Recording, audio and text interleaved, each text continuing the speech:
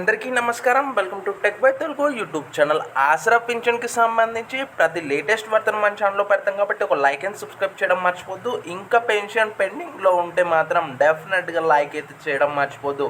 ఇక లేటెస్ట్ వార్త చూసుకోవచ్చు. హరీష్ రావు గారు కాంగ్రెస్ సర్కార్ పైన తీవ్ర స్థాయిలో మండిపడుతున్నట్టు తెలుస్తుంది. హామీ ఇచ్చిన 4,000 ఆసరా పెన్షన్ ఇంకెప్పుడు ఇస్తారనేసి మెయిన్ హెడ్లైన్స్ ఇక్కడ చూసుకోవచ్చు.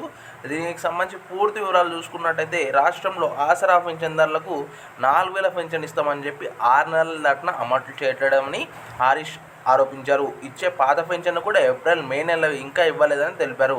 ఇంట్లో ఉండే అవ్వతాతలకు 2 పెన్షన్లు ఇస్తామని చెప్పారని, ఎన్నికల్లో ఓట్లు వేయించుకున్నారని ఇంతవరకు అమలు చేయడం లేదని ప్రశ్నించారు. పేదల పట్ల ఇంత నిర్లక్ష్యం ఎందుకని నిలదీశారు.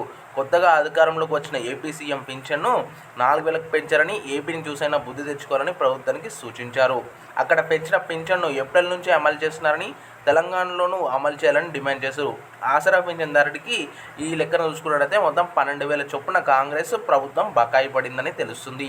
ఈ నెలకు కలిపి మొత్తం 16,000 ఇవ్వాలనేసి అన్నారు.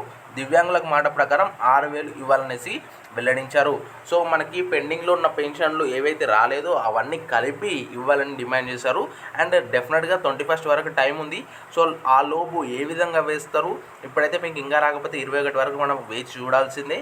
లేదు అంటే మనము ప్రస్తుతము అధికారుల మీద ఈ వీడియోస్ లైక్ చేసి వాళ్ళ వరకు అయితే తీసుకెళ్లే ప్రయత్నం చేద్దాము. లైక్ చేస్తే పక్కా వెళ్తుంది. సో ఈ డిమాండ్ ఏదైతే ఉందో, ఈ వార్త ఏదో వాళ్ళకు కూడా వెళ్తుంది అనమాట. సో లైక్ అయితే చేయండి.